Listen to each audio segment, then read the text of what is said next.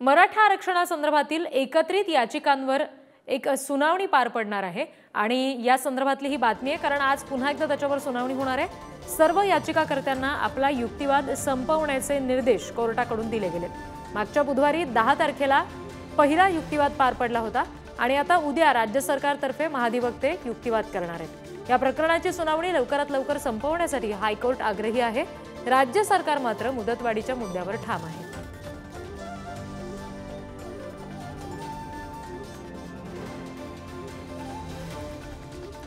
मराठा आरक्षणासंदर्भातल्या सगळ्या याचिकांवर एकत्रित सुनावणी होणार आहे। उद्या राज्य सरकारतर्फे महाधिवक्ते याच्यावर युक्तिवाद करतील।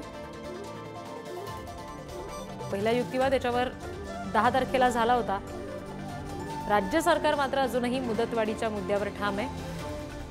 प्रतिनिधी निखिल चव्हाण यांच्याकडून अपडेट्स घेऊया। निखिल, काय नेमकं घडू शकतं या सुनावणी दरम्यान?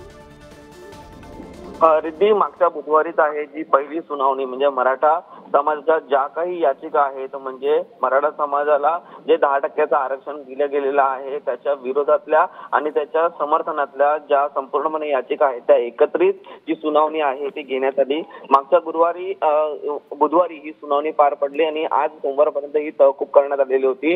गेल्या बुधवारीपासूनच हा जो युक्तिवाद आहे तो सुरू झालेला आहे। जेवढे याचिकाकर्ते आहेत त्याचा युक्तिवाद आहे ते माननीय न्यायालय ऐकून घेणार आहे आणि त्याच्यानंतर जे न्यायालयाचं संपूर्णपणे स्पष्टीकरण आहे ते आपल्याला पाहायला मिळेल।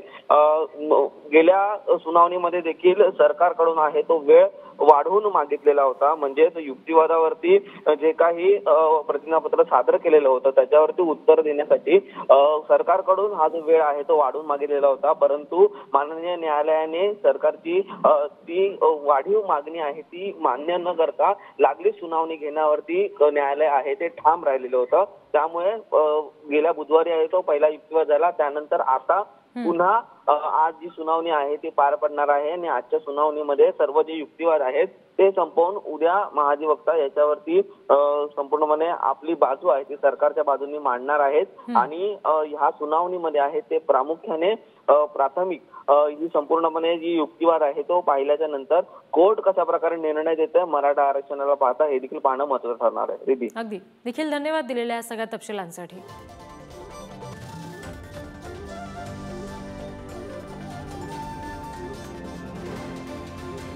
Thank you.